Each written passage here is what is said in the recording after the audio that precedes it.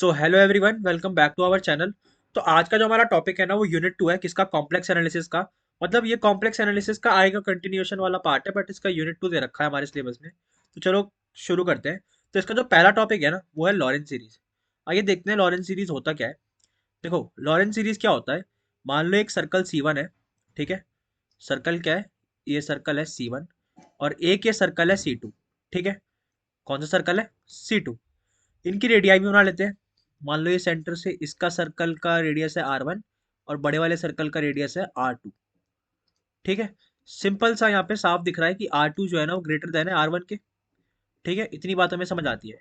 तो Laurent series क्या कहता है कि ये जो फंक्शन है ना हमारा FZ, वो कहाँ पर एनालिटिकल होगा? इस रीजन पर। मतलब हॉलो रीजन है, बीच में यहाँ पर एनालिटिकल नहीं है, ठीक है। यहाँ पर एनालिटिकल नहीं है। एनालिटिकल सिर्फ कहाँ पर है? जहाँ पर मैंने शेड किया हुआ है। तो इस रीजन को ना हम क्या कहते हैं? एन्यूमुलर रीजन। क्या कहते हैं? एन्यूमुलर रीजन। अच्छा, इतनी बात समझ आती है कि हमारा क्या कहता है? Laurent series. लॉरेंट सीरीज का एक फॉर्मूला आता है, मैंने बताया हुआ है पहले भी, दोबारा लिख देता हूँ कि sigma n zero to infinity, ठीक है, a n z minus z not की power n plus sigma n is equals to one to infinity b n upon Z minus z not की पावर एन। ये formula मैंने पहले भी बताया हुआ है अपनी पहली यूनिट के लेक्चरों में, ठीक है। अब देखो, इसमें मैंने एक चीज और बताई थी कि ये जो हमारा पार्ट होता है ना, ये वाला, ये ये हमारा होता है जनरल पार्ट, ठीक है। और तो और ये वाला हमारा होता है कौन सा? Principal part. इसको लिख देते हैं। ये वाला कौन सा पार्ट होता है? ये वाला होता है, इसको एनालिटिकल भी बोलते हैं। कौन सा पार्ट? Analytical part. और इसको क्या बोलते हैं? प्रिंसिपल पार्ट, ठीक है। इतनी बात समझ आ गई। अब देखो, इसमें एक चीज और गौर करने वाली है। क्या? कि जब इसमें देखोगे, इसमें जो वैल्यूज है ना, वो हमेशा पॉजिटिव आएंगी। मतलब z की जो पावर है ना, हमेशा पॉजिटिव आएगी। बट यहाँ पर z जो है नीचे है, तो इसकी जो पावर आएगी ना, वो हमेशा नेगेटिव आएगी, ठीक है। एनालिटिकल और प्रिंसिपल में इतना डिफरेंस समझ आता है। ये हमारा किसका फॉर्मूला है? लॉरेंट सीरीज का एक्सपेंशन है। लॉरेंट सीरीज का क्या है? एक्सपेंशन है। चलो अब इसको एक क्वेश्चन से समझते हैं कि हमसे कहना क्या चाहता है। तो क्वेश्चन ना कुछ इस तरीके से है, हमें एक्सपेंड करना है। एक्सपेंड किसको करना है? Expand F Z is equals to one upon Z square minus three Z plus two. ये मेरा एक फंक्शन है, इसको एक्सपेंड करना है विद लॉरेंट सीरीज, ठीक है। लॉरेंट सीरीज से एक्सपेंड करना है। तीन बाउंड्री कंडीशन से सॉल्व करेंगे इसको। मतलब पहला हमारा पार्ट दिया हुआ है, जो हमारा मॉड जेड है ना, वो less than equals to one है, ठीक है। हमारा mod Z equals to one है। दूसरा है mod Z greater than two. एक तीसरा और ले लेते हैं, वन और टू के बीच में, ठीक है। मॉड जेड हमारा वन और टू के बीच में है। आइए सॉल्व करते हैं। देखो, सबसे पहले मैं जिस तरीके से बताऊंगा ना, उसी तरीके से सॉल्व करना बहुत ही आसानी रहेगी। सबसे पहले इस फंक्शन को लेके आओ। फंक्शन क्या है? Z square minus three Z plus two. ये हमारा किसके इक्वल होगा? एफ जेड के, ठीक है। इसका पार्शियल फ्रैक्शन करो। पार्शियल फ्रैक्शन करूंगा तो मुझे बताओ क्या आएगा? पार्शियल फ्रैक्शन करके मुझे नीचे की वैल्यूज मिल जाएंगी। तो इसका जब मैं पार्शियल फ्रैक्शन करूंगा तो मुझे one upon Z minus two upon Z minus one मिलेगा, ठीक है। यही मिलेगा पार्शियल फ्रैक्शन करने के बाद, ठीक है, बाय पार्शियल फ्रैक्शन। अभी हम पार्शियल फ्रैक्शन के ऊपर नहीं जाते, अभी मैं कॉन्सेप्ट के ऊपर ध्यान दे रहा हूँ। तो ठीक है, ये हमारा क्या हो गया? एक तरीके का एफ जेड हो गया। हमें इसी के ऊपर ध्यान देना है, ठीक है। इसी एफ जेड को लेके यूज करना है। चलो ठीक है, अगली स्लाइड पर आ जाओ। हमारा एफ जेड क्या आया? हमारा एफ जेड आया, F Z is equals to one upon Z minus two minus one upon Z minus one. ये मेरा फंक्शन आया। अब मुझे क्या करना है? अपनी एक एक बाउंड्री कंडीशन को चेक करना है। चलो, मेरी पहली बाउंड्री कंडीशन क्या है? कि जो मेरा मॉड जेड है ना, वो लेस देन वन है। अब देखो, कभी भी किसी भी इसको सॉल्व करने के लिए सबसे पहले देखो मुझे बाउंड्री कंडीशन क्या दे रखी है। तो मेरा जो मॉड जेड है ना, वो लेस देन वन है। क्या है? मॉड जेड जो है वो लेस देन क्या है? वन है। इसके लिए कोई भी एक छोटी वैल्यू सोचो, वन से कोई भी एक छोटी वैल्यू सोचो। लेट सपोज मैंने सोच लिया क्या? 0.5। 0.5 सोच लिया। अब उस 0.5 को किस में पुट करा के देखो? अब इस 0.5 को इनमें पुट करा के देखो। तो बताओ कौन सा नंबर आता है? पॉजिटिव या नेगेटिव? देखो, जब मैं इनमें पुट कराऊंगा ना, तो मेरे पास पहली वैल्यू क्या आएगी? नेगेटिव। और दूसरी भी क्या आएगी? नेगेटिव। तो मैं यहाँ लिख रहा हूँ, जब जब तुम्हारी वैल्यू नेगेटिव आएगी ना, तब तब तुम्हें क्या करना है, उस कांस्टेंट को बाहर निकालना है जो उसके z के साथ है। ठीक है। अच्छा, मान लो कुछ ऐसा करने पर कि इनका जो आंसर है ना वो पॉजिटिव आ जाता है। क्या आ जाता है, मान लो इसका जो आंसर है ना वो पॉजिटिव आ जाता है, फिर क्या करेंगे, मतलब ऐसी वैल्यू हमने यहाँ z की पुट करी कि जो वैल्यू है ना वो पॉजिटिव आती है। तो जब जब हमारी वैल्यू पॉजिटिव आएगी, तब तब हम z टर्म को कॉमन निकालेंगे। याद रहेगा, ये मोस्ट इंपॉर्टेंट चीज है इस चीज की, इस क्वेश्चन की। तो देखो, जब मैं यहाँ पर 0.5 पुट अप करूंगा, जब मैं यहाँ पर 0.5 पुट अप करूंगा तो मेरे पास क्या आएगा, नेगेटिव नंबर आएगा। यहाँ पे भी नेगेटिव आएगा। तो नेगेटिव नंबर के लिए मैंने बताया हुआ है क्या निकालते हैं, कांस्टेंट बाहर निकालते हैं। चलो करते हैं। तो 1 अपॉन, मैंने यहाँ से क्या कॉमन निकाला, -2 कॉमन निकालता हूँ, तो मेरे पास क्या बचा, 1 माइनस जेड बाई टू, यही बचेगा। प्लस, प्लस क्यों आया ये बताता हूँ। देखो वैसे तो यहाँ पर नेगेटिव आना चाहिए था, फिर भी एक स्टेप में तुम्हें दोबारा बताता हूँ क्या। यहाँ पर नेगेटिव आएगा, यहाँ से मैं -1 कॉमन निकालूंगा, तो मेरे पास क्या बचेगा, z-1। और ये 1 ऊपर जाके क्या कर देगा, इसको इसके साथ ये पॉजिटिव कर देगा। तो इसको मैंने डायरेक्टली वहां वैसे पॉजिटिव लिखा था, तो यहाँ मैं पॉजिटिव लिख रहा हूँ। ठीक है। अब देखो, मैंने बताया था, दो एक्सपेंशन बताए थे किसके, बाइनोमियल के, पिछली क्लासेस में भी बताए थे कि अगर हमारे पास 1 + x की पावर -1 होता है, मतलब ये बाइनोमियल एक्सपेंशन है, तो मैं वैल्यूज क्या लिखता हूँ, 1 - x plus x square minus x cube, ये एक्सपेंशन चलती चली जाती है। वहीं अगर 1 - x का एक्सपेंशन है, तो मेरे पास क्या आएगा, 1 + x plus x square plus x cube. ठीक है। सारी वैल्यूज किस में आएंगी, प्लस में आएंगी। तो देखो यहाँ पर मैं क्या करूंगा, -1/2, इस 1 - z/2 को ना ऊपर ले जाओ, तो ये क्या हो जाएगी, इसकी पावर इनवर्स। ठीक है। और ये क्या हो जाएगा, z-1 का इनवर्स।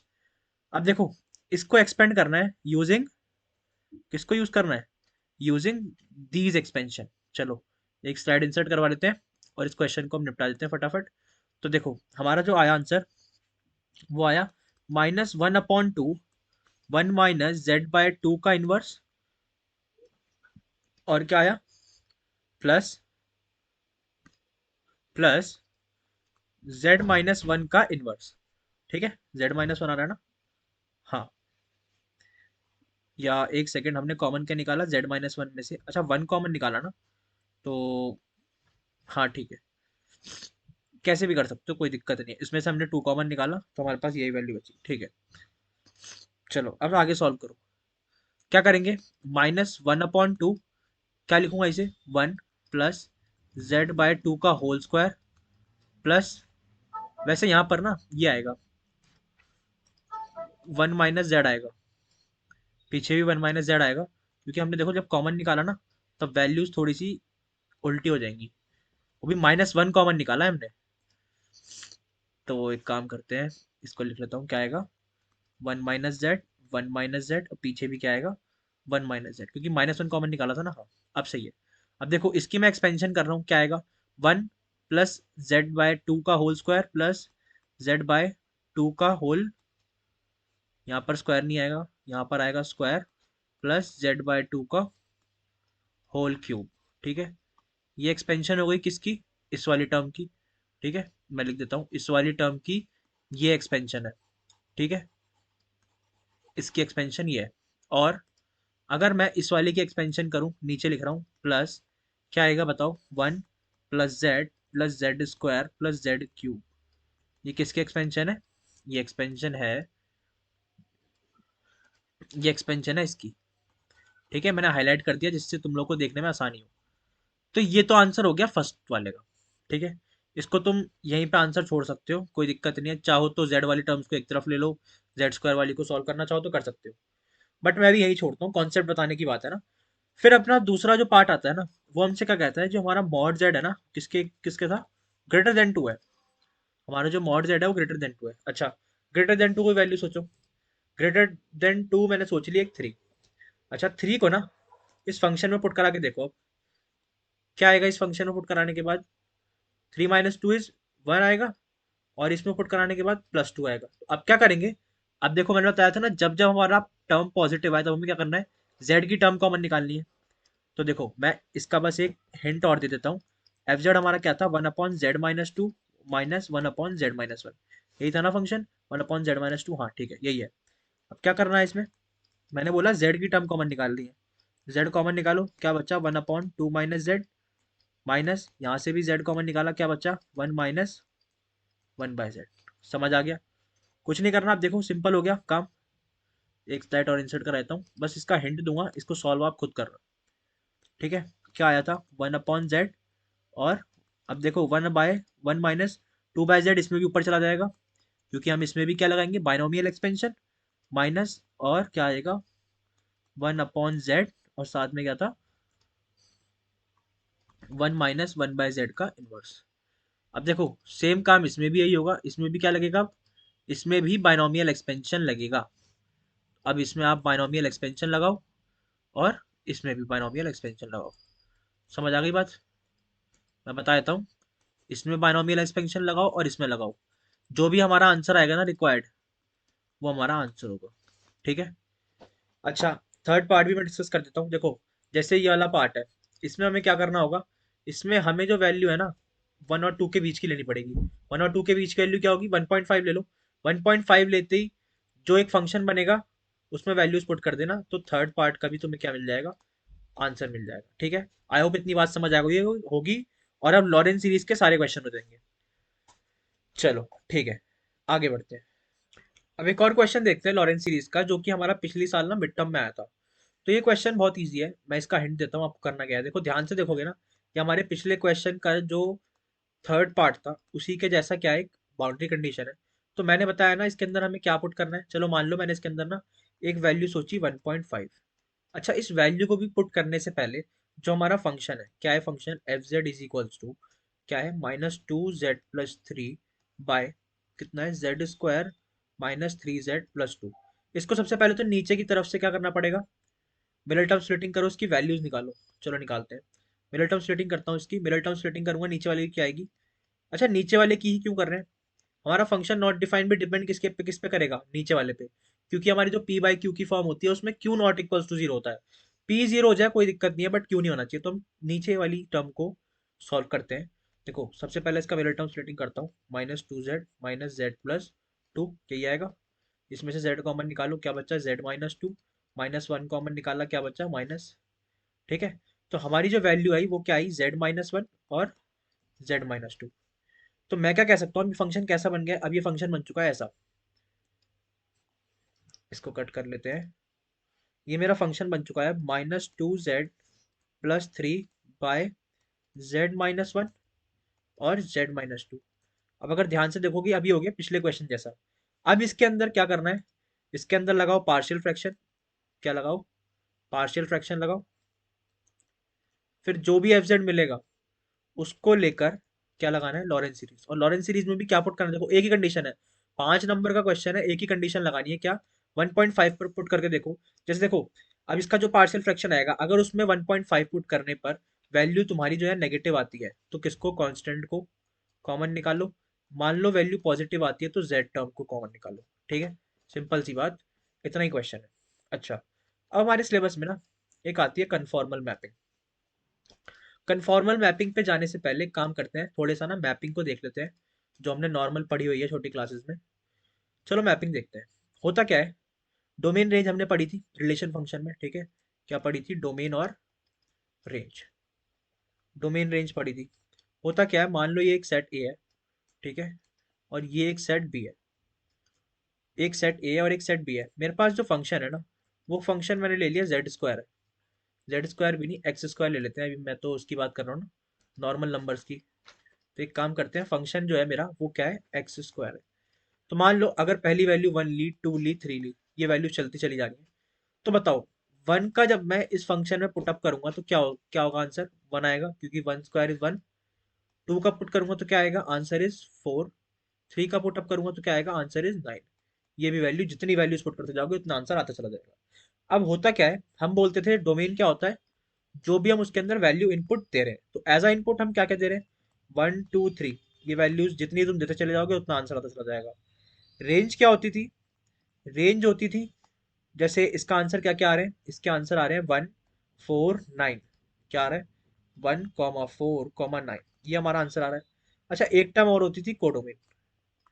कोडोमेन होता था पूरा का पूरा सेट बी। ठीक है। अच्छा, ये तो थी छोटी क्लासेस की बात, अब मैंने इसे क्यों बताया, देखो यहाँ पर ये जो मैपिंग हो रही है ना, ये वाली, ये जो लाइंस जा रही हैं, दीज आर कॉल्ड मैपिंग। इन्हीं को कहते हैं क्या, मैपिंग। मैपिंग क्या होती है, रिलेशन बिटवीन, मैं ऐसे लिख सकता हूँ कि relation between pre images and images, मतलब इंटर रिलेशन कह सकते हैं, इज कॉल्ड मैपिंग। ठीक है।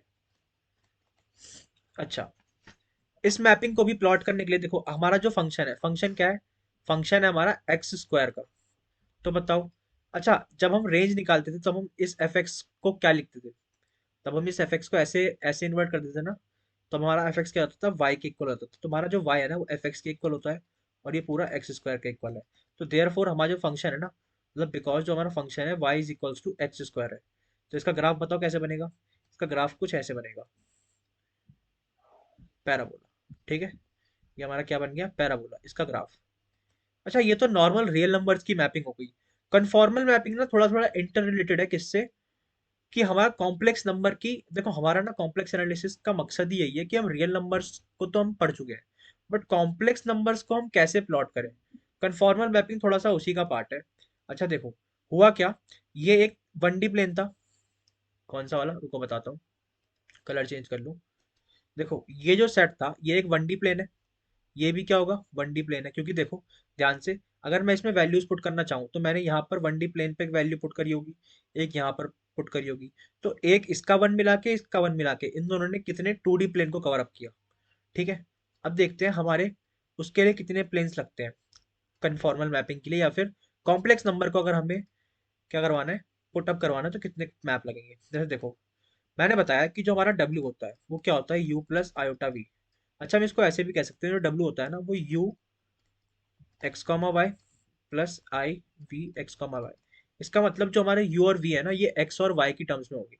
बस इसका सिंपल सा मतलब सिर्फ इतना है। अच्छा मैंने ये भी बताया था जो हमारा w होता है वो एफ जेड के इक्वल होता है ना। तो देखो, हमारा जो z है वो x प्लस आयोटा y के इक्वल होता है। इतनी बात ध्यान रखना, ये मैंने फर्स्ट यूनिट में भी बताया हुआ है जब मैंने पढ़ाया था। अब मान लो सेम फंक्शन लेता हूँ बट एफ जेड में, क्या, जेड स्क्वायर। तो देखो मैंने बताया z की वैल्यू क्या होगी, x plus iota y, put करो, क्या आएगा, x प्लस आयोटा वाई का होल स्क्वायर, दैट इज, क्या i value, value i x square plus iota square y square plus 2x iota y. ठीक है, तो ध्यान से देखो इसमें जो आंसर आया, मैं इसको एफजेड लिख रहा हूँ अभी, x square minus y square plus 2xy iota. ठीक है, तो अगर इस पे गौर करा जाए ना, तो इतना हमारा रियल पार्ट है, और इतना हमारा क्या है, इमेजिनरी पार्ट है। और यही इमेजिनरी और रियल पार्ट क्या होता है हमारा, यू और वी। ठीक है, तो हमें पता लग गया हमारा जो यू है वो क्या है, x square minus y square, और हमारा जो वी है वो क्या है, 2xy। समझ आ गया, यू और वी की वैल्यू भी समझ आ गई कितनी है। अब क्या करना है, हमें इसकी वैल्यू प्लॉट करनी है। कैसे करनी है, क्या करनी है, ये देखते हैं। देखो सबसे पहले हम बनाएंगे एक जेड प्लेन। चलो एक काम करते हैं, अगली स्लाइड पे ही बना लेते हैं, वरना यहाँ पर ना अगली स्लाइड एक इंसर्ट करवा के पहले यहाँ मैं जेड प्लेन बनाता हूँ। देखो जेड प्लेन बना रहा हूँ। अच्छा जेड हमारा किसके रिस्पेक्टेड में है, एक्स और वाई के। ठीक है, एक्स और वाई के यहाँ बनाते हैं एक सेट जेड। ठीक है, ये मान लो अब एक सेट जेड हो गया, और ये एक सेट क्या हो गया, डब्ल्यू हो गया। अच्छा मान लो इसमें वैल्यूज पुट करा के देखो, मान लो मैंने कुछ वैल्यूज पुट करवाई जेड के अंदर। मान लो मैंने 1,2 पुट करवाया, तो मुझे मिला क्या, 3,4, ऐसा कुछ मैंने रैंडम एक बना लिया। ठीक है, जरूरी नहीं है कि यही आए, मैंने एक बना लिया। ये आ गई हमारी मैपिंग। ठीक है, अब ये कितनी भी चलती रहे मुझे इससे मतलब नहीं है। मान लो मेरी एक मैपिंग आ गई। अब हुआ क्या, मुझे ना जेड प्लेन और डब्ल्यू प्लेन बनाना है।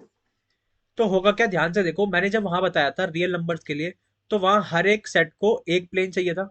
यहाँ पर देखोगे तो इसको 2D प्लेन चाहिए, और इसको भी 2D प्लेन चाहिए, क्योंकि ये दोनों क्या है, पेयरिंग में नंबर्स हैं, और ये दोनों भी क्या है, पेयरिंग में नंबर्स हैं। तो मैपिंग जो होती है ना, क्या नाम है, कॉम्प्लेक्स नंबर की, वो दो प्लेन को लेके बनती है। एक क्या होता है, जेड प्लेन, कौन सा होता है, एक जेड प्लेन होता है, और एक कौन सा होता है, डब्ल्यू प्लेन।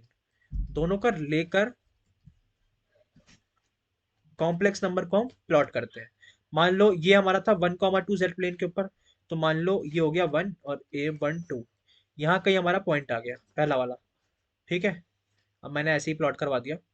अब अगला मान लो क्या आता है, 3, 4, तो 1, 2, 3, 1, 2, 3, 4, तो अगला पॉइंट मान लो हमारा यहाँ आ गया, इसको मैंने ऐसे ही ज्वाइन करवा दिया। तो होता क्या है, एक चीज का ध्यान रखना है कि जब कभी भी हमारा कॉम्प्लेक्स नंबर होता है ना, कॉम्प्लेक्स नंबर को इन टोटल 4D प्लेन लगता है। 4D मतलब 2D डब्ल्यू प्लेन के लिए और 2D जेड प्लेन के लिए, इसीलिए हमें दो प्लेन अलग से बनाने पड़ते हैं, एक जेड प्लेन और एक डब्ल्यू प्लेन। अच्छा, ये हो गई कॉम्प्लेक्स नंबर की मैपिंग। भैया हम तो उसकी बात कर रहे थे ना, कॉन्फॉर्मल मैपिंग की। तो आपने ये तो बताया नहीं कन्फॉर्मल मैपिंग क्या होती है, तो कन्फॉर्मल मैपिंग बताता हूँ क्या होती है। एक सेकंड, कर सकता हूँ क्या, ये रहा। देखो कन्फॉर्मल मैपिंग क्या होती है, बहुत सिंपल सा फंडा है। ये हो गया एक जेड प्लेन, ठीक है, ये हो गया अपना एक डब्ल्यू प्लेन। मान लो इस पे कुछ वैल्यूज पुट अप हुई और ये एक हमारा फंक्शन बन गया क्या, C1। ठीक है, मान लो डब्ल्यू प्लेन पर एक फंक्शन बना, उसकी वैल्यू क्या आई, P1। ठीक है, अब ध्यान से देखो, मान लो एक और फंक्शन आया, अब मैं इसको दूसरे रंग से बना लेता हूँ। ठीक है, मान लो एक और फंक्शन आया जिसका कर्व बना C2। ठीक है, और एक और फंक्शन आया जिसके यहाँ पर बना उसका, उसके रिस्पेक्टिव में P2।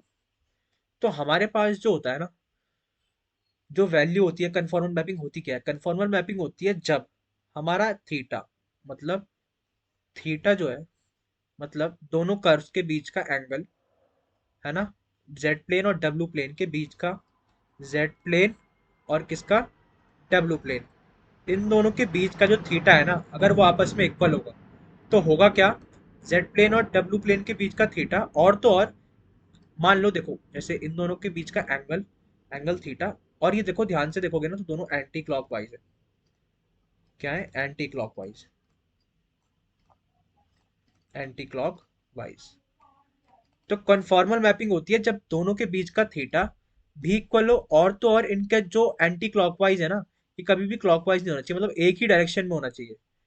तो जब सेम डायरेक्शन, तो जब कभी भी हमारे पास क्या होगा, सेम डायरेक्शन और सेम थीटा, मतलब सेम एंगल और सेम डायरेक्शन होगा, तब हम उसको क्या बोलेंगे, कन्फॉर्मल मैपिंग।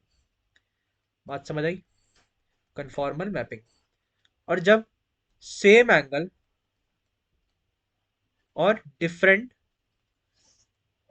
डिफरेंट डायरेक्शन होगा, ठीक है, एक एंटी क्लॉकवाइज और एक क्लॉकवाइज, तो हम उसको बोलते हैं आइसोगोनल मैपिंग।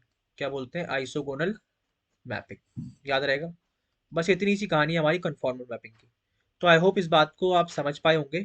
ठीक है, तो अब हमारा ना इसी में एक नेक्स्ट टॉपिक आता है कि दो तरीके की ना ट्रांसफॉर्मेशंस होती हैं। क्या होती हैं, दो तरीके की ट्रांसफॉर्मेशंस होती हैं। मैं बताता हूँ दोनों में बेसिक डिफरेंस क्या है। हमारे सिलेबस में सिर्फ बाइलीनियर है, बट बाइलीनियर भी क्यों है और उसका मेन मोटिव क्या है बाइलीनियर होने का। देखो दो तरीके की ट्रांसफॉर्मेशंस होती हैं। क्या होती हैं, दो तरीके की ट्रांसफॉर्मेशंस होती हैं। ठीक है, सबसे पहली होती है लीनियर। ठीक है, लीनियर। और दूसरा क्या होती है, बाइलीनियर। अच्छा, इसको लीनियर और बाइलीनियर ही क्यों बोलते हैं, तो हमारे पास ना कुछ बेसिक प्रॉपर्टीज होती है। बेसिक प्रॉपर्टीज में लिखता हूँ, प्रॉपर्टीज मतलब एलिमेंट्री ऑपरेशंस बोल सकते हैं एक तरीके के। सबसे पहला होता है ट्रांसलेशन। ठीक है, दूसरा होता है रोटेशन, एंड तीसरा होता है हमारा मैग्निफिकेशन, और चौथा होता है हमारे पास इन्वर्जन। तो देखो, जब कभी भी हमारे पास ये तीन चीजें फॉलो होंगी ना, ट्रांसलेशन, रोटेशन और मैग्निफिकेशन, तब हम उसको क्या बोलेंगे, जब हमारे पास सिर्फ ये तीन चीजें फॉलो होंगी, तब हम उसको बोलेंगे लीनियर ट्रांसफॉर्मेशन। क्या बोलेंगे, लीनियर ट्रांसफॉर्मेशन।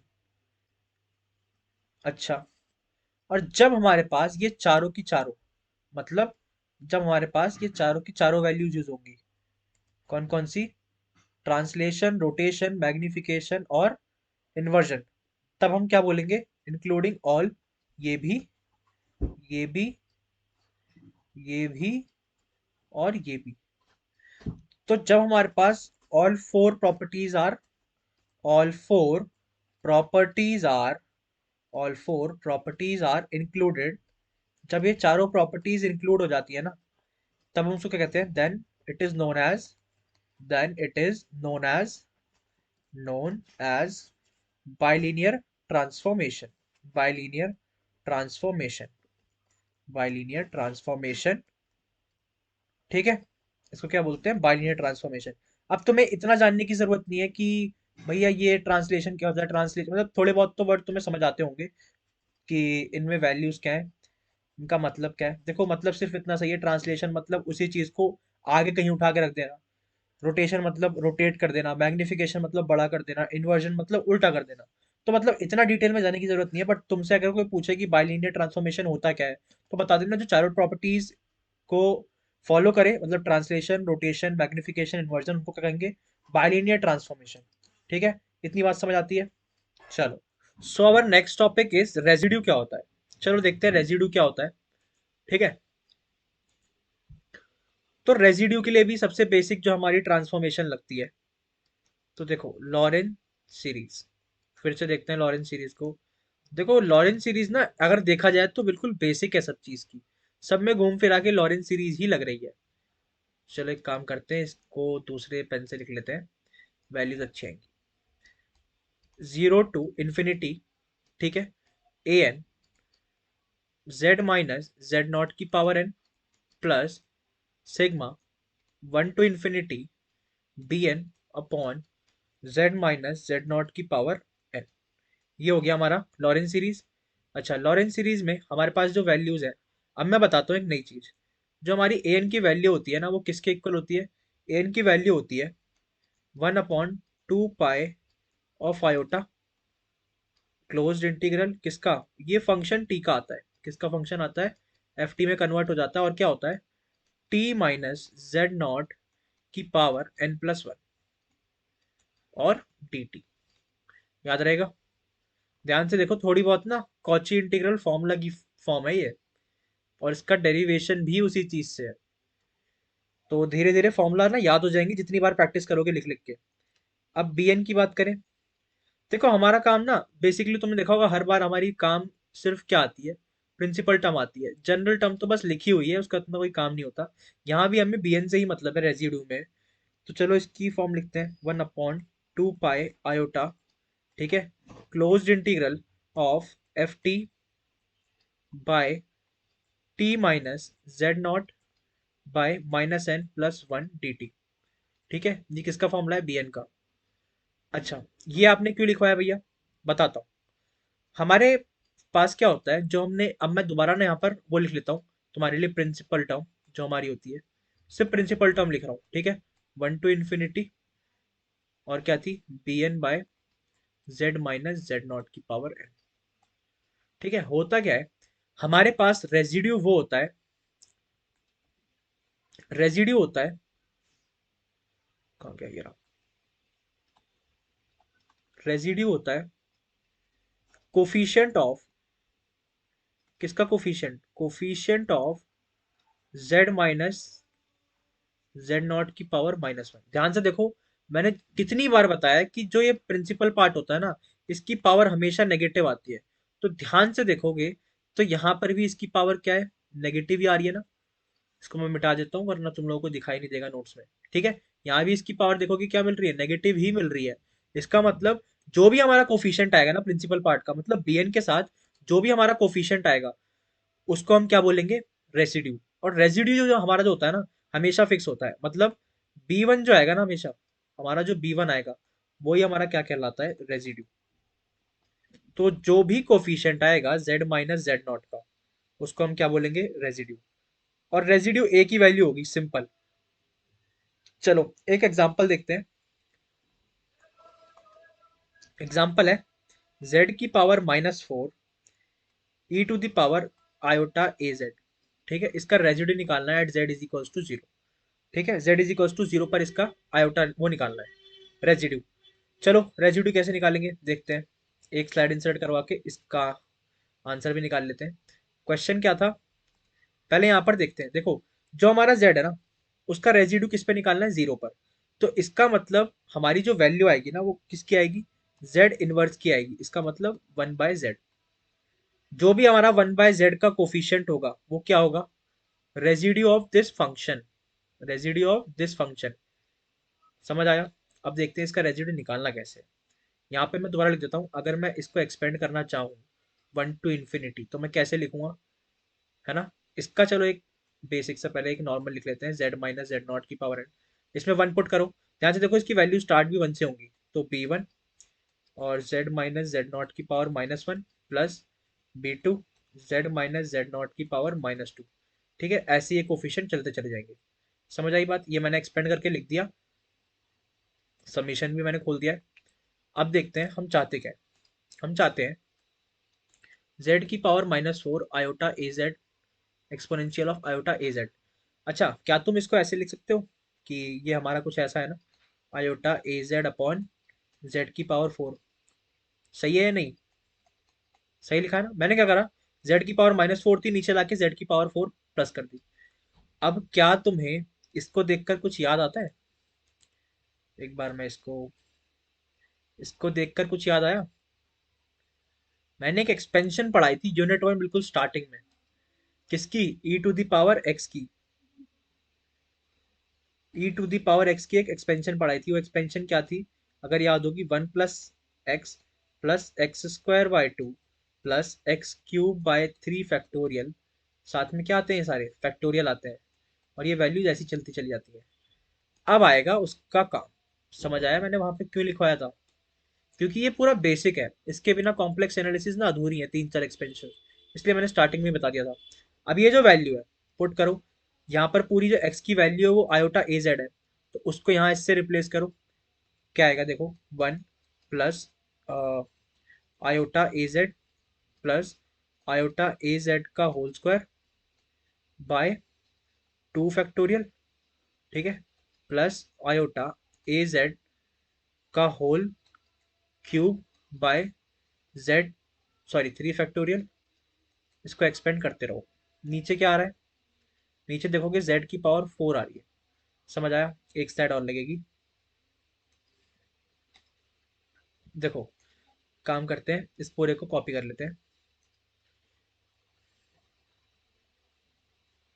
इस पूरे को मैंने क्या करा, कॉपी कर लिया। चलो एक काम करते हैं, छोटा करके ना साइड में रख लेते हैं और यहीं सॉल्व कर लेते हैं। इसको बात के लिए छोड़ना ही क्यों है? इसको मैंने रखा इस साइड, दिख रहा होगा आई थिंक। चलो ठीक है, दिख जाएगा। अब मैंने करा पेन सेलेक्ट। अब देखो, इसके आगे का स्टेप मैं यहाँ कर रहा हूँ। ठीक है, होगा क्या, इसको इससे डिवाइड करूंगा, क्या आएगा, 1/z की पावर 4 प्लस, और क्या आएगा, आयोटा ए बाय जेड क्यूब प्लस, इसको इससे करूंगा तो क्या आएगा, ध्यान से देखो, ये आएगा आयोटा स्क्वायर ए स्क्वायर, जेड स्क्वायर नहीं आएगा, क्या आएगा, जेड नहीं आएगा, अपॉन में जेड स्क्वायर और 2 फैक्टोरियल प्लस, इसको इससे डिवाइड करो, क्या आएगा, iota cube A cube by 3 factorial और जेड। ध्यान से देखो, मैंने क्या बताया था, कोफिशिएंट किसका चाहिए मुझे, 1/z का। और 1/z का कोफिशिएंट आई थिंक हमें मिल चुका है। ये रहा मेरा 1/z, और इसका कोफिशिएंट क्या है, ये। तो मेरा जो रेजिड्यू होगा ना फॉर दिस क्वेश्चन, वो क्या होगा, iota cube A cube by 3 factorial, जिसको हम ऐसे भी लिख सकते हैं कि minus iota A cube by 27। ये हमारी क्या है, रेजिड्यू की वैल्यू। समझ आया इस क्वेश्चन में क्या हुआ? तो हमने सबसे पहले फाइंड करना है कि हमें किसका कोफिशिएंट एक्चुअल में चाहिए। तो मैंने यहाँ पर निकाला कि कोफिशिएंट किसका चाहिए, 1/z का। देन मैं एक्सपेंशन में गया, एक्सपेंशन में मैंने ई टू दी पावर एक्स का एक्सपेंशन का यूज किया। उसको मैंने जब सॉल्व किया तो मुझे ना जो 1/z का कोफिशिएंट मिला, मैंने उसको एज अ रेजिड्यू डिक्लेयर कर दिया, और वही मेरा आंसर होगा हमेशा। समझ आ गई बात? अब पढ़ेंगे रेजिड्यू इंटीग्रेशन। तो अब हम शुरू करते हैं अपना नेक्स्ट टॉपिक, जो हम रेजिड्यू पढ़ना है कुछ पोल्स के ऊपर। अच्छा, उससे पहले यहाँ पर ना एक गलती हो गई थी। गलती ये थी कि यहाँ पर ये नहीं आएगा, 27 नहीं आएगा, क्योंकि जो 3 का फैक्टोरियल होता है वो होता है 6। कोई नहीं है, छोटी छोटी गलतियां हो जाती हैं। 3 का फैक्टोरियल क्या होता है, 6, तो यहाँ पर क्या आएगा, 6 आएगा। अच्छा, अब देखते हैं रेजिड्यू ना हमें 3 पोल्स पर निकालनी होती है, कौन कौन सी। सबसे पहला रेजिड्यू किस पे निकालना है, रेजिड्यू एट सिंपल पोल। सिंपल पोल क्या है, जिसके ऊपर सिर्फ एक वैल्यू है। क्या वैल्यू है, सिर्फ एक वैल्यू है। अच्छा, दूसरा residue at order of m pole, मतलब एम नंबर ऑफ ऑर्डर जो उसमें होगा ना, उस पोल का निकालना है। उसके बाद तीसरा आता है इन्फिनिटी वाली कंडीशन के लिए, जिसमें 1 टू इन्फिनिटी जाएगी वैल्यू। ठीक है। अच्छा, सबसे पहले रेजिड्यू एट सिंपल पोल पढ़ेंगे। देखो हमारे पेपर में ना चांसेस इसके और इसके हैं, तो मैं इन्हीं दोनों को पढ़ाऊंगा। इन्फिनिटी वाला बहुत ही कम आता है, तो हम इन दोनों को पढ़ते हैं, सिंपल पोल और किसके, ऑर्डर ऑफ पोल एम के लिए। चलो, रेजिड्यू जो होता है एट सिंपल पोल वो कैसे निकालते हैं? रेजिड्यू एट सिंपल पोल, देखो वैसे तो इसकी डेरिवेशन है, बट मैं डेरिवेशन पे नहीं जाऊंगा। मैं सिर्फ तुम्हें डायरेक्टली बताऊंगा रेजिड्यू क्या होता है हमारा। मैंने बताया हुआ है बी वन होता है, उसका मैं डायरेक्टली तुम्हें फॉर्मूला लिखवाता हूँ। क्या कि limit z tends to z not, और क्या आती है value, z minus z not और एफ जेड। ठीक है, ये किसकी वैल्यू है? बी वन की, फॉर सिंपल पोल। अब इसको यूज कैसे करना है फॉर्मूले में? देखो सबसे पहले मैं एक क्वेश्चन लेता हूँ। क्वेश्चन है मुझे रेजिड्यू निकालना है। ठीक है, रेजिड्यू। अब तुम्हें पता करना होगा सिंपल पोल है या नहीं है। तो एफ जेड देखो, एफ जेड मैंने लिया Z square by Z square plus 4। ये मेरा एक फंक्शन है, इस पे मुझे रेजिड्यू निकालना है। अच्छा, सबसे पहले पता करना पड़ेगा ये सिंपल पोल है या नहीं। तो देखो सबसे पहले इसके लिए क्या करना पड़ेगा, जेड स्क्वायर बाय 4 है ना, इसको क्या मैं ऐसे लिख सकता हूँ कि Z square Z plus 2 iota, मतलब जेड प्लस 2 आयोटा और जेड माइनस 2 आयोटा लिख सकता हूँ इसे ऐसे, है ना। अब क्या होगा, ध्यान से देखो, इसके अंदर जो जेड की वैल्यू आई वो आई -2 आयोटा और प्लस का 2 आयोटा। आ गई दो वैल्यूज। क्या ये सिंपल पोल है या नहीं है? सिंपल वैल्यूज है ना, दो। तो इसके अंदर ये है हमारा एक सिंपल पोल। ठीक है। अब सिंपल पोल के लिए जो मैंने तुम्हें फॉर्मूला बताया, अच्छा एक चीज ध्यान रखना, ये जो भी वैल्यूज हमारे पास आई है ना, ये पता है कहाँ पुट होंगी? इस फॉर्मूले में जेड नॉट की जगह। ठीक है। और अब जो हमारा फंक्शन है ना वो पूरा ये है, एफ जेड हमारा इसके ऊपर कन्वर्ट हो चुका है। किसके अंदर? इसके अंदर कन्वर्ट हो चुका है, तो इस चीज़ का ध्यान रखना। अभी हमारा क्या है, एफ जेड है, लिख देता हूँ यहाँ पर मैं। अभी हमारा किसके इक्वल है? एफ जेड के इक्वल है। तो इस चीज़ को ध्यान रखना। अब एक काम करते हैं, नेक्स्ट पेज पे ही आ जाते हैं, क्यों फालतू के पेजेस बचाने। चलो ठीक है, एफ जेड क्या आया? एफ जेड हो चुका है Z square by 2 plus iota और 2 माइनस आयोटा। ठीक है। और तो और मुझे क्या करना है, इसमें वैल्यूज कौन कौन सी हैं? -2 आयोटा और 2 आयोटा के लिए। सबसे पहले 2 आयोटा और -2 आयोटा और 2 आयोटा के लिए सॉल्व करना है। सॉल्व करते हैं, चलो। अब मार्कर चेंज कर लेता हूँ जिससे अच्छा दिखे। ठीक है। सबसे पहले for z is equals to -2 iota के लिए मैंने बताया ये जो भी वैल्यूज है किस में पुट होंगी, जेड नॉट में। तो देखो रेजिड्यू का फॉर्मूला मैंने क्या बताया था, limit z tends to z naught, z tends to z not और z minus z naught is f of z। Z not की जगह पुट करो -2 आयोटा को, तो जेड नॉट इज -2 आयोटा। देखो यहाँ पर पुट करूंगा तो क्या आएगा, जेड प्लस 2 आयोटा हो जाएगा। और मेरा जो फंक्शन है उसकी वैल्यू क्या है, Z square by 2 plus iota और 2 माइनस आयोटा, यही है ना। तो देखो जेड प्लस आयोटा, सॉरी, और ये भी क्या है, जेड। ठीक है, ये यहाँ पर 2 ही है ना, जेड ही लिखा है ना, हाँ। नहीं, वैल्यू यहाँ पर फंक्शन की वैल्यू गलत हमने नोट काउंट करी है। यहाँ पर 2 आयोटा है और यहाँ पर भी 2 आयोटा है। इसका मतलब यहाँ भी वैल्यूज क्या आएंगी, 2 आयोटा और 2 आयोटा आएंगी। यहाँ पर क्या आएगा, 2 आयोटा और 2 आयोटा। ध्यान से देखो, z प्लस 2 आयोटा से z plus 2 iota cancel out हो गया। क्या बचा, limit z tends to -2 iota z square by z minus 2 iota. क्या मैं इसमें वैल्यू पुट कर सकता हूँ? करो, वैल्यू पुट करो, वैल्यू पुट करो। वैल्यू पुट करा, क्या आया, -2 आयोटा पुट करो तो -2 आयोटा का होल स्क्वायर। ठीक है। और z की जगह पर 2 आयोटा, मतलब -2 आयोटा -2 आयोटा।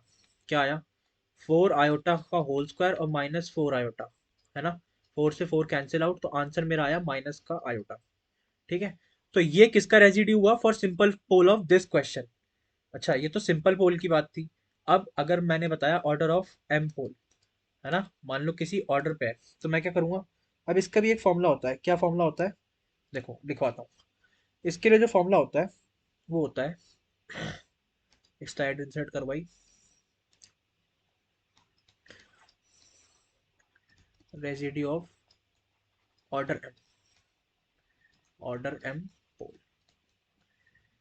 ठीक है। ऑर्डर एम पोल के लिए क्या होता है फॉर्मूला? फॉर्मूला होता है, इसमें भी बी वन के लिए फॉर्मूला होता है 1/m-1 का फैक्टोरियल, है ना, m-1 का factorial, limit z tends to z not, और d m-1 by d z m-1, ठीक है, और z माइनस जेड नॉट और एफ जेड, ठीक है। ये हो गई हमारी वैल्यू। अच्छा, अब क्या करना है हमें? ये हो गई किसकी value? For residue of order m pole. बहुत ईजी है, बहुत ज़्यादा। अब देखो, एक क्वेश्चन जो मैंने पहले करवाया था ना, कौन सा वाला, थोड़ा ऊपर चलते हैं,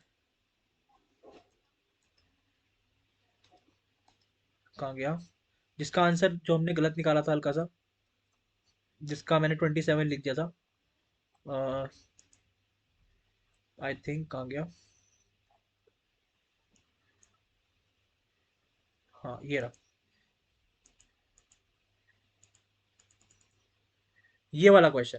अब मैं इसके लिए निकालूंगा सेम फिर से क्या, ये ऑर्डर ऑफ एम पोल है, तो इसका मैं क्वेश्चन का आंसर निकालता हूँ यूजिंग ऑर्डर ऑफ एम पोल, है ना।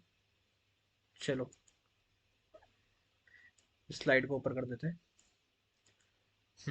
अब देखो, हमारा क्वेश्चन क्या था वहां पर, क्वेश्चन दोबारा मैं लिख देता हूँ। क्वेश्चन था उस टाइम पर ई टू दी पावर, नहीं, जेड की पावर -4 और ई की पावर, ई की पावर आई ए जेड।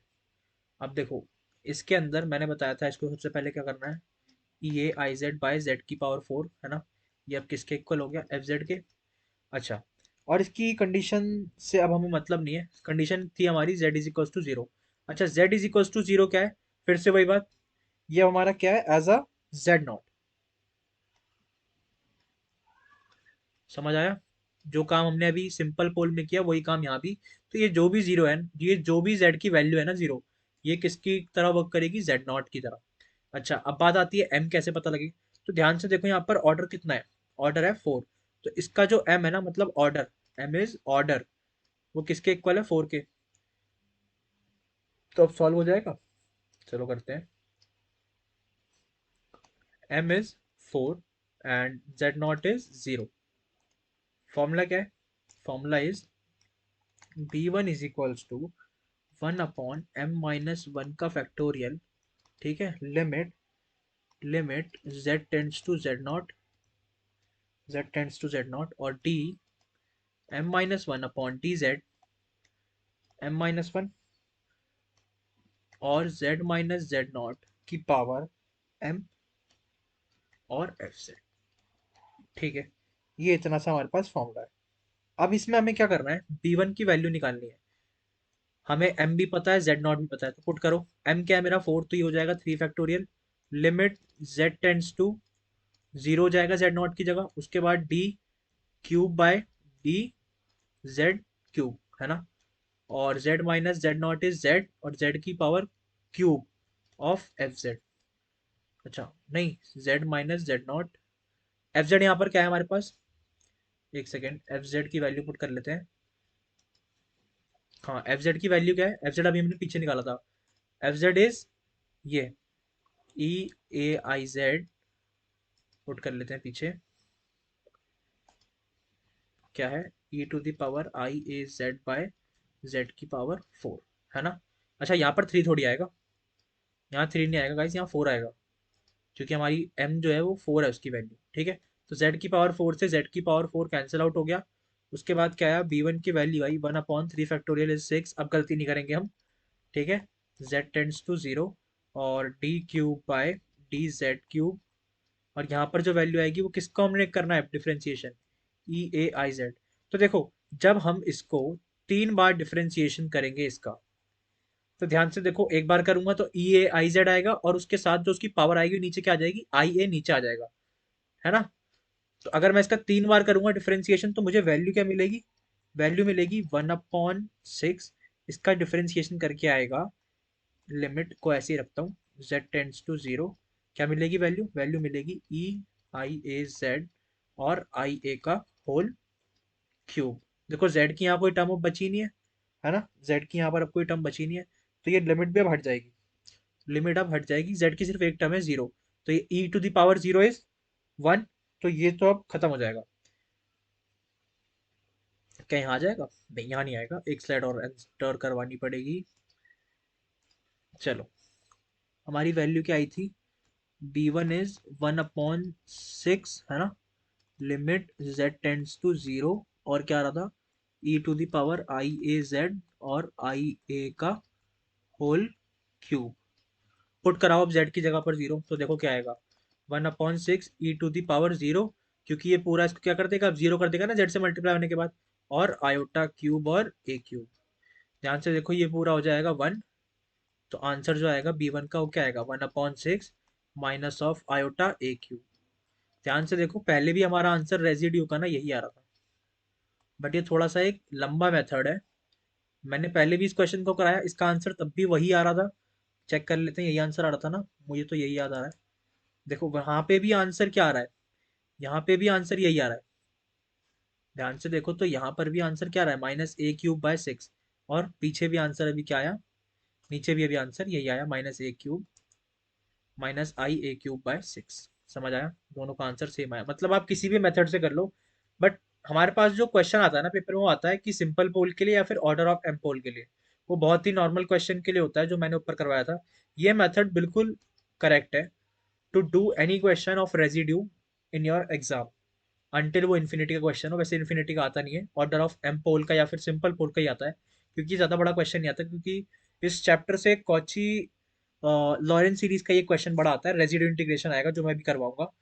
बाकी इसके ऊपर एक छोटा मोटा क्वेश्चन आता है जो कि सिंपल पोल और ऑर्डर ऑफ एम पोल के लिए होता है। ठीक है, अब हम पढ़ेंगे रेजिड्यू इंटीग्रेशन। तो हमारा जो अगला टॉपिक है ना, वो है रेजिड्यू इंटीग्रेशन। अच्छा, रेजिड्यू इंटीग्रेशन ना, इसको हम कॉची रेजिड्यू भी बोलते हैं, मतलब कॉची रेजिड्यू इंटीग्रेशन, इसको हम कॉची रेजिड्यू इंटीग्रेशन भी बोलते हैं। ठीक है, अभी हमने जो कॉन्सेप्ट्स पढ़े ना, उसको आपको ध्यान रखना पड़ेगा। कौन सा, सिंपल पोल वाला, सिंपल पोल के लिए रेजिड्यू, और तो और किसके लिए, ऑर्डर ऑफ एम पोल के लिए, ऑर्डर ऑफ एम पोल के लिए भी आपको रेजिड्यू का ध्यान रखना पड़ेगा। अच्छा, इसका फॉर्मूला क्या होता है मैं आपको डायरेक्टली बता दूं। अच्छा, एक चीज और, जब जब आप इसे सॉल्व करोगे ना, तो कॉची इंटीग्रल फॉर्मूला जो हमने यूनिट 1 में पढ़ा था, उसका और इसका आंसर एकदम सेम आएगा। मतलब अगर आप उससे सॉल्व करो तब भी आंसर सेम आएगा। मान लो पेपर में अगर आप कहीं अटकते हो ना, तो आप एक बार उसको, इस क्वेश्चन जो भी क्वेश्चन आएगा उसको पहले कॉची इंटीग्रल से कर लेना, आंसर क्रॉस चेक करने के लिए, अगर टाइम हो तो। टाइम अगर नहीं है तो मत करना, बिल्कुल फंसने की जरूरत नहीं है। मैं बस एक चीज बता रहा था कि दोनों से आंसर सेम ही आता है हमारा। ठीक है, अब देख लेते हैं क्या होता है फॉर्मूला। अच्छा, फॉर्मूला कुछ नहीं होता, बहुत सिंपल सा फॉर्मूला है कॉची रेजिड्यू थ्योरम का, कॉची रेजिड्यू थ्योरम का। ठीक है, इसके अंदर क्या होता है, close curve of f z d z is equals to 2 pi iota of summation of r. ठीक है, summation of r, summation of r मतलब उस क्वेश्चन में जितने भी रेजिड्यू हैं सबका सम, मतलब उस क्वेश्चन में जितने भी रेजिड्यू हैं उन सबका सम, किसके किसके मल्टीप्लिकेशन के, 2 पाई आयोटा के। अच्छा, ऐसे नहीं, बिना क्वेश्चन के मजा नहीं आएगा, एक क्वेश्चन करते हैं। सो क्वेश्चन इज, चलो क्वेश्चन है, Z square, Z square by Z square, z-1 का होल स्क्वायर और z-2, बीच में कोई नेगेटिव साइन नहीं है, z-2 है ये, और साथ में क्या आता है, dz आ रहा है।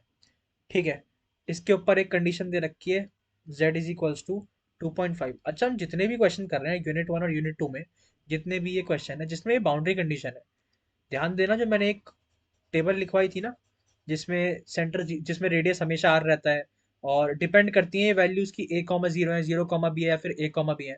तो उस टेबल से हमेशा कंडीशन को चेक कर लेना क्वेश्चन करने से पहले। वो बहुत इंपॉर्टेंट टेबल थी, टेबल तो नहीं थी, मैंने 4 पॉइंट्स लिखवाए थे आपको, उसी के अकॉर्डिंग उसको एक बार चेक जरूर कर लेना।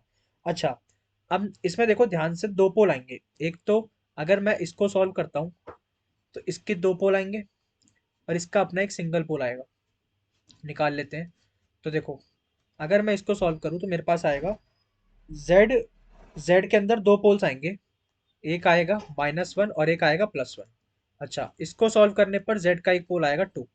तो अगर मैं इसकी बात करूं तो ये ऑर्डर ऑफ m पोल है ना, जिसका ऑर्डर कितना है 2, और जिसमें वैल्यू क्या है z नॉट की, वो है कितनी, 1। ठीक है, इतनी वैल्यू है। उसके बाद हाँ यही आ रहा है, और उसके बाद ये हमारा क्या है, सिंपल पोल। ये क्या है हमारा सिंपल पोल।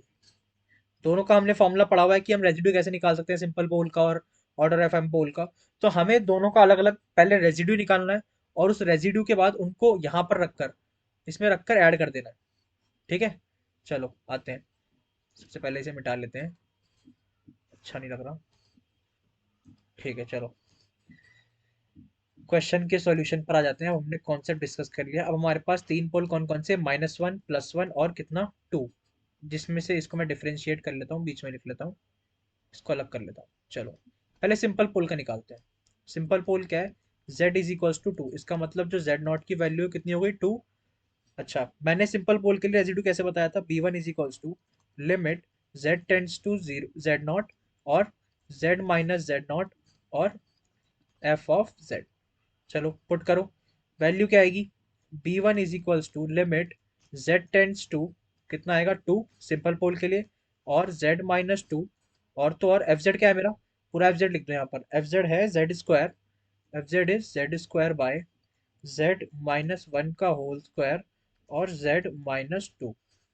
ठीक है, ये हमारा वैल्यू है। जेड माइनस 2 से जेड माइनस 2 कैंसिल आउट हो गया। ठीक है, बी वन क्या बचा, लिमिट जेड टेंड्स टू 2, ठीक है, और जेड स्क्वायर जेड माइनस 1 का होल स्क्वायर। अब वैल्यू पुट कर सकते हो ना, पुट करो 2 की वैल्यू। तो यहाँ से बी वन क्या मिलेगा, मिलेगा 4 बाय 2 माइनस 1 1। तो आंसर जो है बी वन का क्या आएगा, 4। तो हमारा जो सिंपल पोल से वैल्यू आ रहा है ना बी वन का, मतलब रेजिड्यू की वैल्यू, वो कितनी आ रही है, 4 आ रही है। अच्छा, अब हम ऑर्डर ऑफ एम के लिए निकाल लेते हैं। मैं मार्कर चेंज कर लेता हूँ, मार्कर का रंग थोड़ा सा। ठीक है, ऑर्डर ऑफ एम पोल। ठीक है, ऑर्डर ऑफ एम के लिए सॉल्व कर लेते हैं। चलो, ऑर्डर ऑफ एम के लिए हमारे पास जो वैल्यू है, मैंने बताया वहां पर ऑर्डर कितना आ रहा था, ऑर्डर हमारे पास था शायद 2। ऑर्डर हमारे पास 2 था, और जेड नॉट की वैल्यू जो थी वो थी 1। चलो सॉल्व करो, क्या आएगा बताओ मेरे को। हमारा जो फॉर्मूला था वो क्या था, 1/m-1 का फैक्टोरियल, है ना, limit z tends to z not, और क्या था, d बाय डी जेड, और इसकी पावर m-1 और m-1, यही था ना फॉर्मूला, m-1 और m-1, हाँ यही है। और z माइनस जेड नॉट की पावर m एफ जेड। मैं मानता हूँ ये फॉर्मूले बहुत बड़े हैं, बट आपको करना तो पड़ेगा ही। आई नो फॉर्मूले थोड़े बड़े हैं, इसको थोड़ा सा हम सही कर लेते हैं। चलो, अब देखो ये ऑर्डर ऑफ एम पोल के लिए। अब वैल्यूज पुट करना शुरू करो, वैल्यूज पुट करता हूँ। तो यहाँ हमारे पास क्या आएगा, 1/m-1 is 1, 1 factorial limit z tends to z naught, मतलब फिर से 1, और डी, m-1 करूँगा कितना आएगा, 1 आएगा, D by d Z of कितना, z माइनस जेड नॉट कितना है, फिर से 1 है, तो z माइनस 1, और m कितना है 2, m इज 2, और एफ जेड क्या है बताओ, एफ जेड है हमारा z square by z minus 1 का होल स्क्वायर और जेड माइनस 2, और जेड माइनस 2, जेड माइनस 1 का whole square, z minus 1 square whole square से खत्म। B one is equals to 1 limit z tends to 1, ठीक है, डी बाई डी जेड, क्या function बचा, z square by z minus 1। बताओ क्या आएगा इसका आंसर।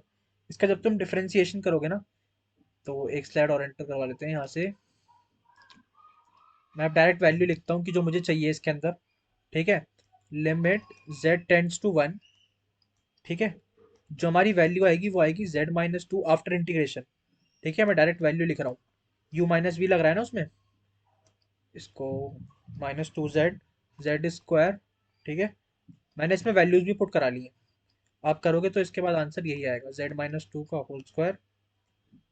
अब मैंने क्या करा है, ध्यान से देखोगे, इस स्टेप के बाद मुझे इसका इंटीग्रेशन करना है, सॉरी डिफरेंशिएशन करा मैंने इसका इसके बाद, और इसमें वैल्यू क्या पुट करा ली, z इज इक्वल्स टू 1। देखो मैंने वैल्यूज भी पुट करवा ली। इसके अंदर वैल्यू पुट कराने के बाद मेरे पास आंसर क्या आया, आंसर आता है -1 इंटू 2 -1, इसको भी ब्रैकेट में रखना पड़ेगा कि माइनस में है, अपॉन 1 - 2 का होल स्क्वायर। तो आंसर आया -3। मतलब हमारे दो पोल आ गए, मतलब दो रेजिड्यू आ गए। इसको मैं B2 मान लेता हूँ, चलो मैंने पीछे B1 लिखा होता है ना, उसे चेंज कर लेते हैं। तो हमारे पास दो पोल कौन कौन से आए, एक आया 4 जो सिंपल पोल से आया, और ये कितना आया B2 हमारा 3 विद ऑर्डर ऑफ एम पोल। हर जगह इसको क्या कर लेते हैं, 2 कर लेते हैं, ठीक है। B1 नहीं है क्योंकि दो पोल थे ना हमारे पास, चलो फॉर्मूले में तो B1 ही रहेगा, B2 हमारा आंसर टोटल कितना आएगा।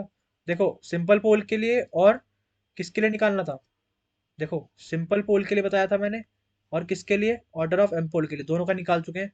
अब दोनों का सम करके लिख दो किसके साथ, 2 पाई आयोटा के साथ। हमारी किसकी वैल्यू होगी, कॉची रेजिड्यू थ्योरम की।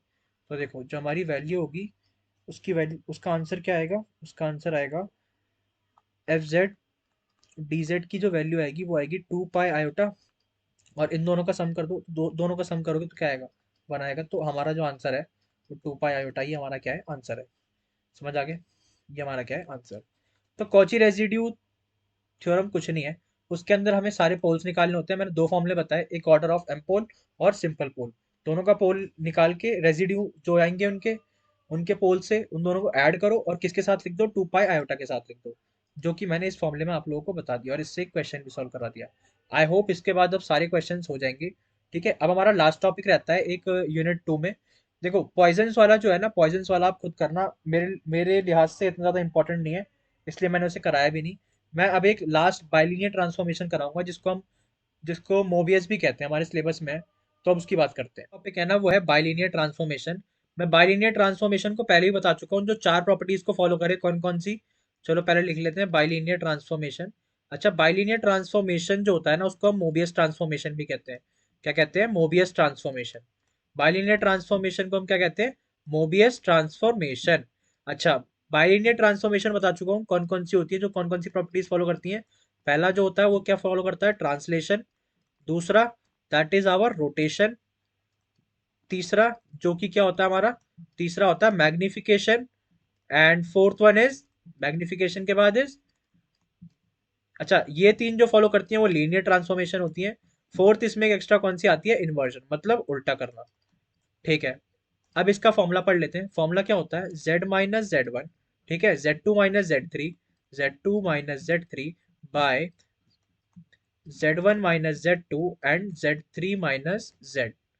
ये हमारा फॉर्मूला होता है। सिमिलरली वहां पर क्या होगा, W - W1, W2 - W3 and W1 - W2 and W3 - W। ये हमारा किसका फॉर्मूला होता है, बाइलिनियर ट्रांसफॉर्मेशन का। ठीक है, अब एक क्वेश्चन कराता हूँ, उससे आपको समझ आ जाएगा कि करना क्या होता है इसके अंदर। ठीक है, ये हमारा फॉर्मूला होता है। चलो अब एक क्वेश्चन करते हैं। क्वेश्चन कुछ इस तरीके का है कि हमें BLT मतलब बाइलिनियर ट्रांसफॉर्मेशन निकालना है। ठीक है, जिसके अंदर z की वैल्यूज क्या दे रखी है, 1 आयोटा और -1, और w की वैल्यूज दे रखी हैं, w है यहाँ पर वो लगा लेते हैं सेमीकोलन, w की वैल्यू है 0, 1 और इन्फिनिटी। अच्छा, इन्फिनिटी को देख के घबराना नहीं है, मैंने जानबूझ के यही क्वेश्चन करवाया है कि इसमें करना क्या होता है। एक स्लाइड मैंने और एंटर करवा ली। चलो पहले इसको पढ़ते हैं। फॉर्मूला लगाओ। फॉर्मूला दोबारा लिखता हूँ, मैं रीराइट कर रहा हूँ। z - z1 और z2 - z3। जितनी बार इस फॉर्मूले के क्वेश्चन को लिखोगे ना, उतनी बार खुद एक पैटर्न दिखेगा, क्योंकि मेरे को भी यह पैटर्न से ही याद है। ठीक है, z3 - z। स्टार्टिंग स्टार्टिंग में बहुत भयानक लगेगा, बट ऐसा कुछ है नहीं। जैसे जैसे प्रैक्टिस करोगे, देखो मैथ जो है ना, पूरी की पूरी प्रैक्टिस के ऊपर बेस्ड ऑन है। अगर प्रैक्टिस नहीं करोगे तो नंबर नहीं आएंगे, प्रैक्टिस कर लोगे तो मुश्किल से मुश्किल क्वेश्चन भी हो जाएगा, क्योंकि इंजीनियरिंग मैथ सिर्फ और सिर्फ प्रैक्टिस पर बेस्ड ऑन है। जिसने प्रैक्टिस कर ली उसके नंबर आ जाते हैं, जो एक दिन पहले पढ़ के जाता है उसके नंबर आ तो जाते हैं, बट उतने नहीं आते जितना उसको कुछ अच्छी जॉब के लिए सेटिस्फाई मतलब कर सके। चलो देखो, अब इसके लिए क्या करेंगे, जहां जहां पर वैल्यूज है उनको पुट करो। देखो z और w की वैल्यू नहीं है हमारे पास, कोई दिक्कत नहीं है, वैल्यूज पुट करो। z - z1 इज 1, ठीक है, और z2 - z3 इज आयोटा +1 हो जाएगा, अपॉन क्या आएगा, 1 - आयोटा, 1 - आयोटा एंड -1 - z। ठीक है, डब्ल्यू की वैल्यू क्या आएगी, डब्ल्यू की तरफ आएगा डब्ल्यू -0 और W2 मतलब 1 माइनस, देखो जहां जहां इन्फिनिटी है ना, मतलब W3 की हमारी जो वैल्यू है वो इन्फिनिटी है, तो इन्फिनिटी पुट नहीं करना, उसको ऐसे ही रहने दो एज इट इज। ठीक है, फिर पुट करो W1 is 0, W1 is 0 minus W2 is 1 और W2 इज 1,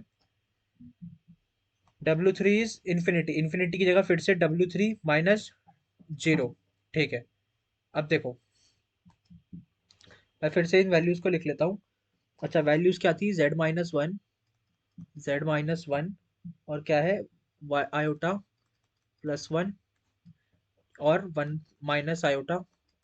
ठीक है, और -1 minus z is equals to W.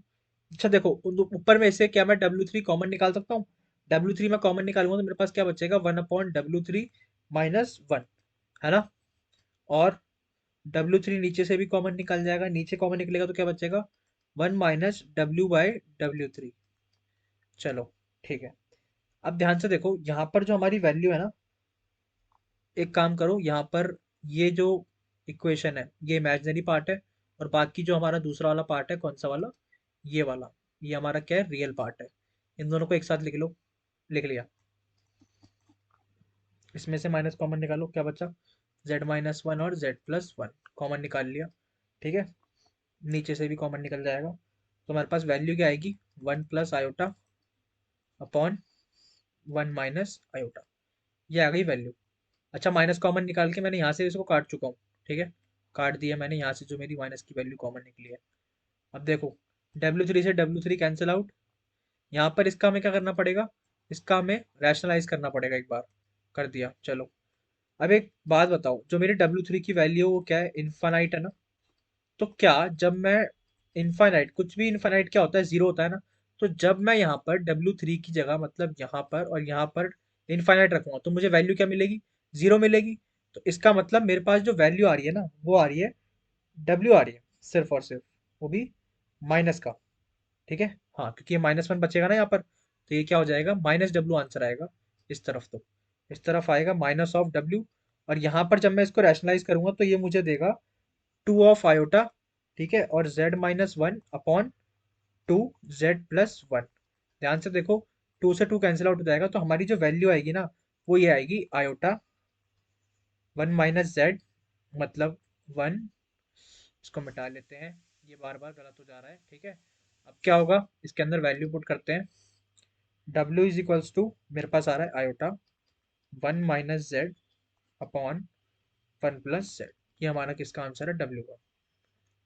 ठीक है, देखो हुआ क्या, ये जो माइनस था यहाँ वाला, वो यहाँ आके उसने क्या करा, इस साइन को उल्टा कर दिया, मतलब पहले Z-1 था, अब यहाँ के क्या हो गया, 1 - Z, और नीचे की वैल्यू तो हमने बस शो ऑफ के लिए वो कर दी शफल, क्योंकि ऊपर 1 - Z था तो नीचे भी 1 + Z कर दिया। तो ये हमारा आंसर है।